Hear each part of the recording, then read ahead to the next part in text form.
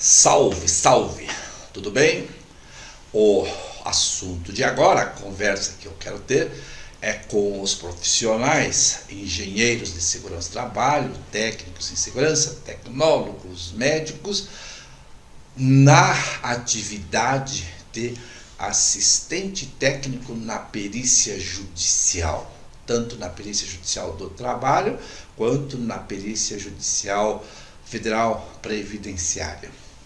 E eu quero passar para vocês agora, que vão atuar como assistente técnico, algumas dicas, desde a nomeação como assistente técnico até os finalmente, quando haver a necessidade da impugnação do laudo pericial. Muito bem. A situação toda começa, evidentemente, quando você foi indicado como assistente técnico, seja pela empresa, pela reclamada, ou pelo empregado reclamante. E a primeira atividade que você vai desenvolver nesse processo, nessa atividade da assistência técnica, é a elaboração dos quesitos. Ok, o advogado ele vai te dar um prazo, ele vai te dizer, olha, eu tenho que juntar esses quesitos até o dia tal.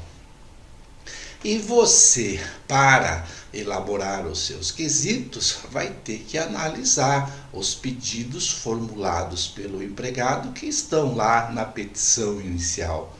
Então, peça para o advogado para ele te enviar essa petição inicial com os pedidos do empregado. E você, na condição de assistente técnico da empresa, tem todas as condições, se tiver tempo, de visitar a empresa, conhecer o local de trabalho, conversar com o gerente de produção, com o técnico em segurança, com o engenheiro, com o pessoal do SESMIT, para você obter maiores e melhores informações sobre as condições de trabalho em que o empregado exercia as suas atividades. E com todas essas informações, elaborar os seus quesitos. Esses quesitos você vai elaborar para entregar para o empregado. Normalmente se faz ali no Word, no PDF e encaminha para o advogado. O advogado é que vai, através de uma petição, inserir no processo esses quesitos, tá certo? Agora, uma primeira atenção que você deve ter lá no momento das diligências é estar lá na hora das diligências com uma cópia desses quesitos que você elaborou. E preste atenção para verificar, nesse primeiro momento, se o advogado não fez alguma alteração nos seus quesitos. Porque tem advogado que ele não se aguenta. Ele vai lá nos teus quesitos e ele, às vezes, modifica um quesito, ele retira um quesito, ou pior, às vezes, ele insere um novo quesito ali, sem que você tenha conhecimento. E eu já tive um caso prático em que o advogado inseriu um quesito a mais lá no final, e aquele quesito que o advogado inseriu, o advogado da empresa, tá? Inseriu um quesito a mais, e esse quesito modificou completamente a perícia e levou a empresa à condenação. Então, se você está pela empresa ou também pelo empregado, verifique no momento das diligências periciais se os quesitos que estão no processo são os mesmos que você entregou para o perito, tá certo? Muito bem. Agora, chegou o dia da diligência pericial. E você vai comparecer, então, naquele horário, naquela data marcada.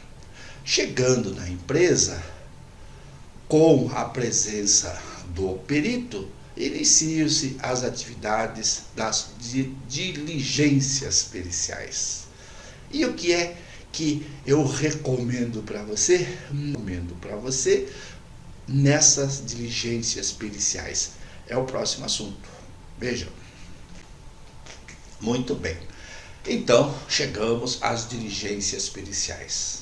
A primeira observação que eu faço é de quem é que pode participar das diligências periciais. Obviamente que as duas partes, não é? O empregado e um representante do empregador. Os dois assistentes técnicos, desde que devidamente nomeado lá nos autos, e os dois advogados. Então, são, por direito, 6 pessoas que podem participar. Não são obrigadas. Então, essas 6 pessoas, o empregado, o representante da empresa, os 2 assistentes técnicos e os 2 advogados têm o direito de participar da audiência. Qualquer situação que venha a trazer problemas em relação à participação de alguém que a empresa não permite, e qualquer coisa desse gênero, quem tem que resolver o problema é o perito. E aí, nessa situação, eu tenho as recomendações que eu faço em outro vídeo para os peritos, tá certo? Você, como assistente técnico, vai fazer a sua atividade independente de quem está participando ou não está participando, tá certo? Muito bem. A segunda observação que eu quero fazer é em relação à profissão do assistente técnico.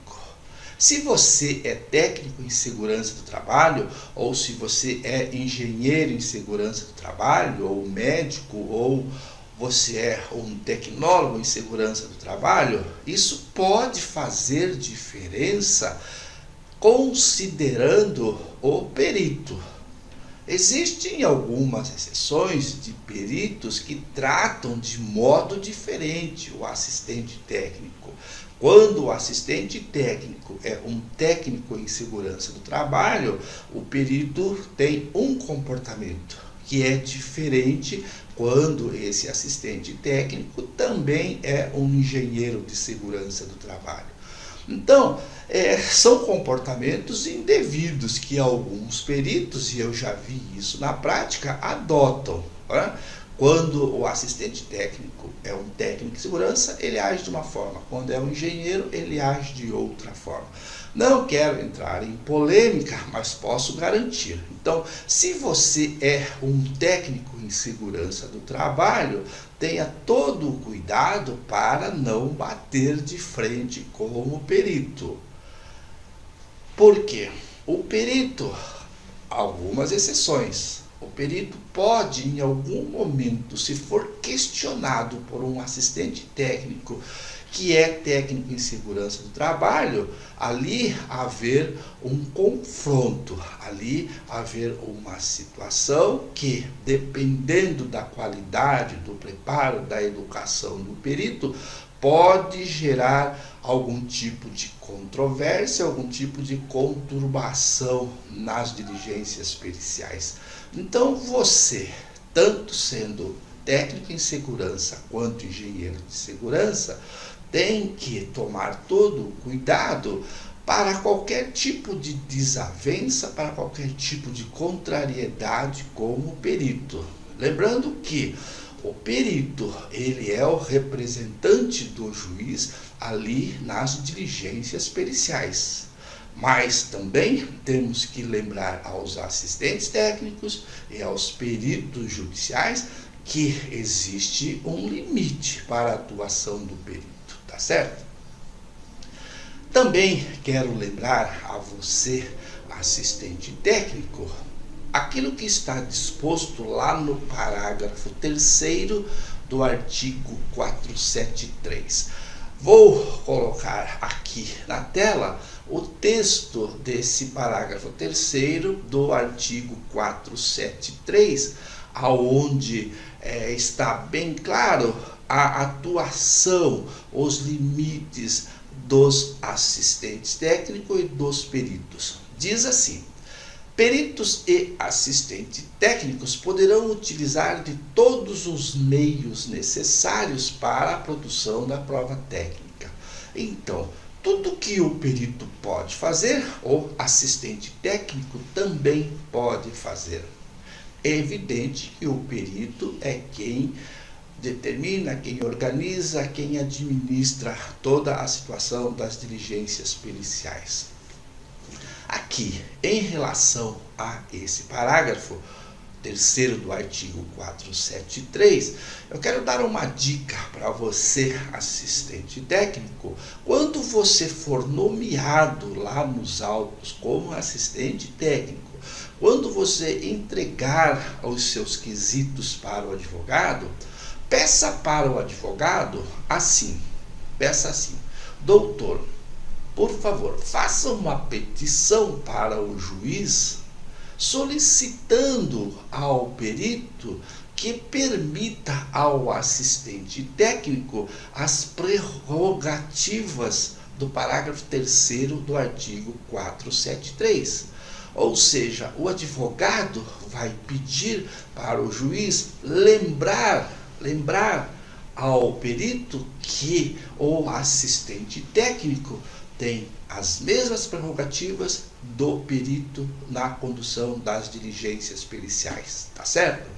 Ou seja, o assistente técnico, ele pode fazer as medições, ele pode fazer as coletas, ele pode pedir o documento, tudo que o perito pode fazer, o assistente técnico também pode fazer.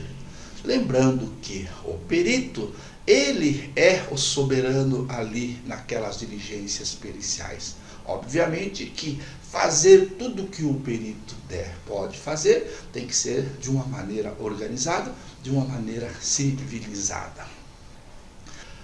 Vamos lembrar que todo perito, ele, antes de iniciar as diligências periciais, ele deve fazer uma entrevista inicial, aonde ele coleta ali no começo as informações dos participantes, quem é quem, relaciona, e aí depois o perito deve passar por uma explanação do que é que ele vai fazer, quais são os seus procedimentos. E nesse momento, você, como assistente técnico, pode perguntar ao perito se ele vai permitir a prioridade, ou melhor, vai permitir a prerrogativa do assistente técnico de acordo com o que dispõe o parágrafo 3º do artigo 473. Você pode perguntar: senhor perito, o senhor vai permitir a participação dos assistentes técnicos? Como é que o senhor trabalha? Como que é que o senhor faz?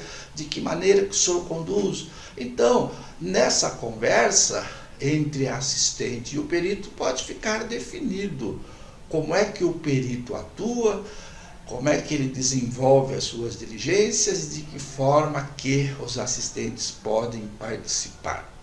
O que não pode é um perito agir como alguém me disse lá em Uberlândia. Aqui tem um perito que ele chega aqui no início das diligências periciais e ele diz para todo mundo: aqui só quem fala sou eu é que mando, eu é que faço, e ninguém abre a boca. Não pode, né? De forma alguma um perito pode agir assim, tá certo? Mas se um dia você encontrar um perito que age assim, sabe o que você vai fazer? Não vai brigar com o perito. Simplesmente faça no seu relatório e entregue para o advogado. Uma coisa muito comum que pode ser feita nas diligências periciais é você gravar o áudio de todas as conversas e de você filmar essas diligências periciais. Obviamente que vai ter que ter autorização do perito. Lá no início das diligências periciais, você, assistente técnico, pode perguntar: senhor perito, posso gravar? Senhor perito, posso filmar? Posso fotografar? Eu ensino os peritos nos meus cursos presenciais que o perito, que nada tem a esconder. O perito que sabe dos direitos seus como perito e dos direitos dos assistentes técnicos, esse perito, antes que lhe perguntem, ele já informa aos participantes, aos assistentes técnicos. O perito diz: de minha parte, pode gravar, pode filmar, pode fotografar. A questão da filmagem e da fotografia, pode haver alguma reação da empresa dizendo: não, nós temos aqui condição, situação de segredo industrial, então não permitimos que seja fotografado. Aí o perito vai resolver com a empresa se há necessidade ou não de ser fotografado, tá certo? Então, você, assistente técnico, você tem o direito de gravar áudio, de filmar e de fotografar, tá certo? Muito bem. Então, essa situação de direito do assistente técnico, o perito deve respeitar. Olha, agora tem uma outra situação que eu quero conversar com vocês, que é a presença dos advogados nas diligências periciais. Existem situações de que os dois advogados podem estar presentes. Então nós teremos ali 6 pessoas participando, os 2 assistentes, os 2 advogados, e o empregado e o representante da empresa. E o perito, ele vai ter que saber controlar esse povo todo, né? E os advogados, normalmente, por questão assim da própria profissão, cada um vai querer falar mais do que o outro, cada um vai querer dominar a situação, mas isso é problema do perito, né? De controlar, de segurar os ânimos dos advogados. Você, como assistente técnico, se tiver o advogado da empresa, você é assistente técnico da empresa e o advogado da empresa está presente, vai facilitar a sua vida. Por quê? Porque os peritos tendem a se controlarem quando os advogados estão presentes. Tá? O advogado, ele pode atrapalhar, ele pode conturbar, isso é problema do perito, né? Mas os peritos, por suas vezes, sabem que com a presença do advogado, o perito vai tomar certos cuidados para não dar motivo para que um ou os 2 advogados venham, de alguma forma, trazer problemas lá perante o juiz na condução dessas diligências periciais, tá? Mas isso é problema do perito com os advogados. Você, como assistente técnico, se o seu advogado, o advogado da parte que você está representando, está ali presente, você vai poder, de alguma forma, escorar nele para fazer as suas perguntas, para exercer as suas prerrogativas ali nas diligências periciais, aquelas prerrogativas que estão lá no parágrafo 3º do artigo 473 do CPC. Tá? E aí, vamos às diligências periciais. Num terceiro momento, agora, depois das diligências periciais, você vai elaborar o seu parecer técnico do que você viu, do que você fez, do que o perito fez, de tudo que aconteceu nessas diligências periciais. Você vai elaborar um relatório que nós podemos chamar de um parecer técnico, que será enviado, que você vai entregar para o advogado, tá certo? E aí o advogado, ele vai decidir o que fazer com esse documento.